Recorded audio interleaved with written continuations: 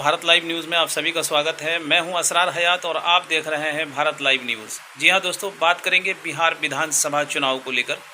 हमारे साथ फयाज कमर साहब हैं। साहब, जानने की कोशिश करेंगे असदुद्दीन अवैसी साहब को लेकर। प्रशांत किशोर, जो आप जानते हैं, प्रशांत किशोर ने कहा है कि असदुद्दीन अवैसी अपनी राजनीति करते हैं। इसको कैसे देखते हैं, क्या कहेंगे?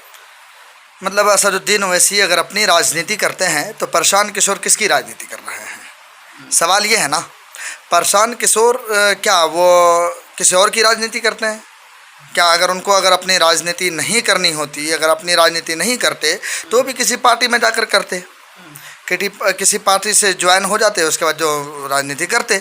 लेकिन वो एक पॉलिटिकल पार्टी बनाया, जनसुराज नाम रखा है उसका, और जो है खुद उस पार्टी के मतलब नेता हैं और उस पार्टी के लिए प्रचार और प्रसार करते हैं। तो जाहिर सी बात है, हर कोई जब कोई पॉलिटिकल पार्टी बनाता है तो अपने पॉलिटिकल पार्टी के लिए काम करता है। असदुद्दीन ओवैसी अपने घर के लिए तो राजनीति नहीं कर रहा ना। क्या अगर कोई बता दे कि असदुद्दीन ओवैसी राजनीति अगर कर रहा है, अगर वो इलेक्शन लड़ रहा है, बिहार के अंदर आ रहा है, बिहार के मुसलमानों को, गरीबों को, पिछड़ों को, दलितों को अगर जगा रहा है, तो क्या असदुद्दीन ओवैसी को उस रीज़न से उसके घर को फ़ायदा पहुंच रहा है? उनकी राजनीति हैदराबाद में है। तो हैदराबाद में भारतीय जनता पार्टी की राजनीति कहाँ थी? भारतीय जनता पार्टी की राजनीति कहाँ थी? क्या बिहार के अंदर थी? क्या दूसरी पार्टी एनसीपी की राजनीति कहाँ थी? प्रशांत किशोर को ले लीजिए ना। प्रशांत, ज़्यादा किसी पर बात करने की ज़रूरत ही नहीं है। प्रशांत किशोर का सवाल है तो प्रशांत किशोर को जवाब मिलना चाहिए। प्रशांत किशोर जो आज बिहार के अंदर एक नई पार्टी और नई ज़मीनी पॉलिटिकल ज़मीन को मजबूत करना चाहते हैं, पहले वो थे कहाँ पर? उनका बैकग्राउंड, प्रशांत किशोर पांडे जी, उनका नाम जो है पीके शॉर्ट है, लेकिन प्रशांत किशोर पांडे जी जो हैं, वो पांडे जी पहले जो है कभी महाराष्ट्र में हुआ करते थे। महाराष्ट्र में शिवसेना के लिए, भारतीय जनता पार्टी के लिए काम किया करते थे। उनको उनके रणनीतिकार हुआ करते थे, उनको बताते थे देखो इलेक्शन कैसे लड़ना है, इलेक्शन में कैसे जीतना है। मैं एक उदाहरण देता हूँ मैं आपको बिहार की। 2015 में महागठबंधन और के अंदर जो है, यानी कि जदयू आरजेडी मिलकर इलेक्शन लड़ रही थी। इनके रणनीतिकार कौन थे? प्रशांत किशोर पांडे जी।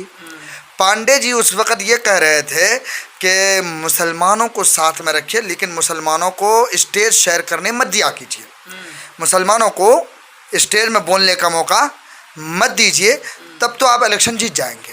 पता क्यों? उन्होंने इसका रीज़न बताया। वजह यह है क्योंकि मुसलमानों की वजह से वोट जो है वो तकसीम हो जाएगा, जो हमारा हिंदू वोट है वो हमें नहीं मिलेगा। अब देखिए, इतना अछूत मान लिया गया मुसलमानों को। वही पांडे जी है, ये पांडे जी मुसलमानों को अछूत मानते हैं। वो पांडे जी कहते हैं कि आज ऑल इंडिया मजलिस इत्तेहादुल मुस्लिमीन की राजनीति हैदराबाद तक महदूद है। वो बिहार के अंदर क्या कर रहे हैं, बिहार में क्यों आए हैं? पांडे जी को मैं बताना चाहता हूँ, मैं चैनल के पांडे जी को ये जवाब देना चाहता हूँ कि पांडे जी, अगर आप भारतीय जनता पार्टी के लिए काम कर सकते हैं, आप जदयू के लिए काम कर सकते हैं, आप आरजेडी के लिए काम कर सकते हैं, अब दीगर पार्टियों के लिए काम कर सकते हैं, बंगाल के लिए ममता बनर्जी टीएमसी के लिए काम कर सकते हैं, तो क्या असदुद्दीन ओवैसी वो उस कौम के लिए जिसका बिहार के अंदर और पूरे देश के अंदर कोई राजनीतिक दल नहीं है, कोई राजनीतिक कोई पॉलिटिकल लीडर नहीं है, अगर वो उनकी बात करते हैं तो क्या गलत कर रहे हैं? असदुद्दीन ओवैसी अगर बिहार के अंदर इलेक्शन लड़ रहे हैं तो अपने लिए नहीं लड़ रहे हैं, उनका भाई, उनका बेटा, उनका कोई रिश्तेदार आके इलेक्शन नहीं लड़ रहा है, बल्कि बिहार के बेटों को ही मौका दिया जा रहा है, बिहार के लोगों को ही जगाया जा रहा है। बिहार के युवा जो कई बरसों से, कई सालों से, कई दशक से जो बिहार के लोग जो परेशान हैं, अगर आंकड़े आप उठाकर देख लीजिए, सरकारी आंकड़े को उठाएं आप, पॉलिटिकल पार्टियों के बीच मुसलमानों की क्या हैसियत रह गई है।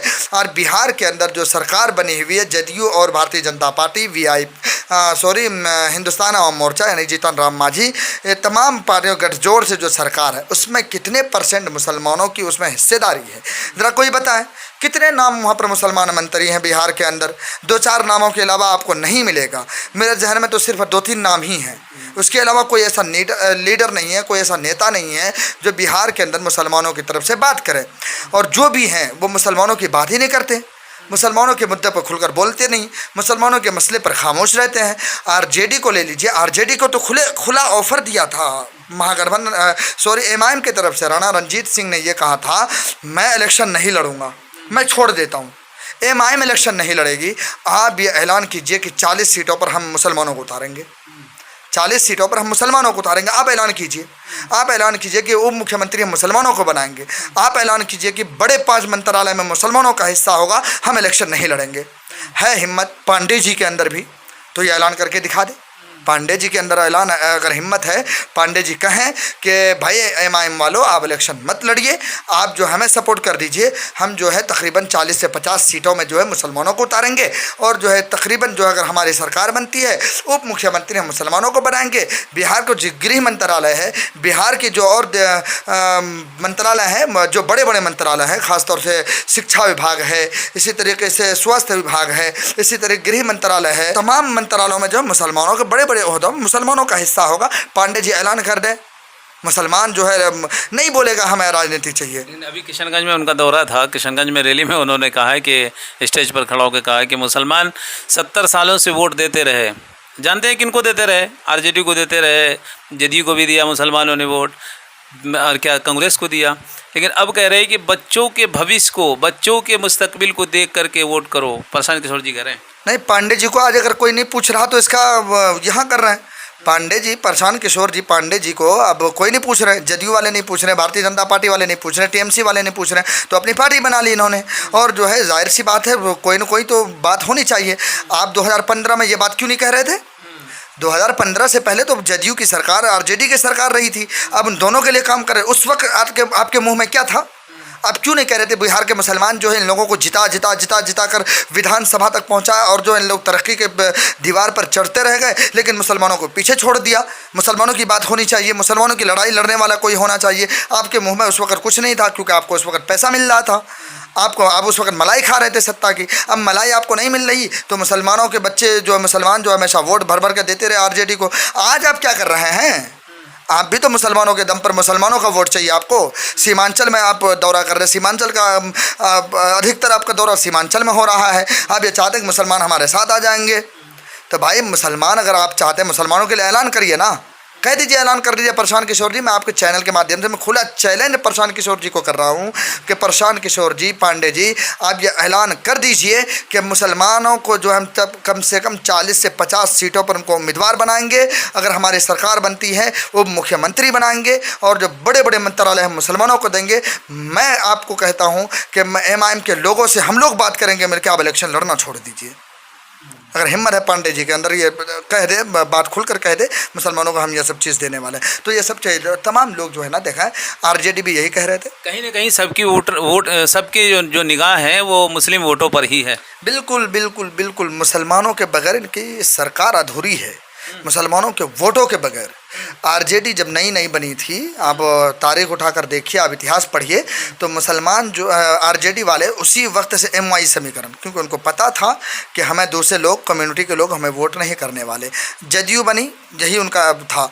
उसके बाद जो है समाजवादी पार्टी बनी, वही एमआईएम समीकरण, मुसलमानों को, कुछ मुसलमानों को आगे रखे, लेकिन मुसलमानों का क्या हश्र हुआ है उन पार्टियों के बीच में, तारीख़ के पन्ने गवाह हैं। और जो तारीख़ लिखने वाले लोग होंगे इस बात को तारीख़ रकम करेंगे, इन लोगों ने मुसलमानों को साथ तो ज़रूर लिया, मुसलमानों को अपने फ़ायदे के लिए यूज़ तो ज़रूर किया, लेकिन मुसलमानों के पीठ में खंजर घोंपने का काम किया है, मुसलमानों को जो है जलील करने का काम किया है, मुसलमानों को बदनाम करने का काम किया है, मुसलमानों को रुस्वा करने का काम किया है। क्योंकि मुसलमान हमेशा इन लोगों के आगे पीछे रहे, मुसलमान कभी आगे बढ़ने की बात नहीं की, मुसलमान कभी हिस्सेदारी नहीं मांगी, क्योंकि मुसलमानों को पता था हमारे पास कोई विकल्प नहीं है, हमारे पास कोई रास्ता नहीं है, हम मजबूर हैं, बस इन्हीं के कंधों के सहारे हम आगे जा सकते हैं। यही है जो हमारे मसले के हल कर सकते हैं। लेकिन अब मुसलमान कौम जो है जाग चुकी है, मुसलमान बेदार हो चुके हैं, इनको जो एक रास्ता मिल चुका है, इनको अब जो बेदारी आ चुकी है, अब इनको पता है कि हम किनको अपना नेता बनाना है, किनको हमें जिताना है। मुसलमान बखूबी जानता है प्रशांत किशोर और पांडे जी का मशवरा की कोई ज़रूरत नहीं है, उस पांडे जी का जो कि कभी बीजेपी के लिए काम किया करते थे।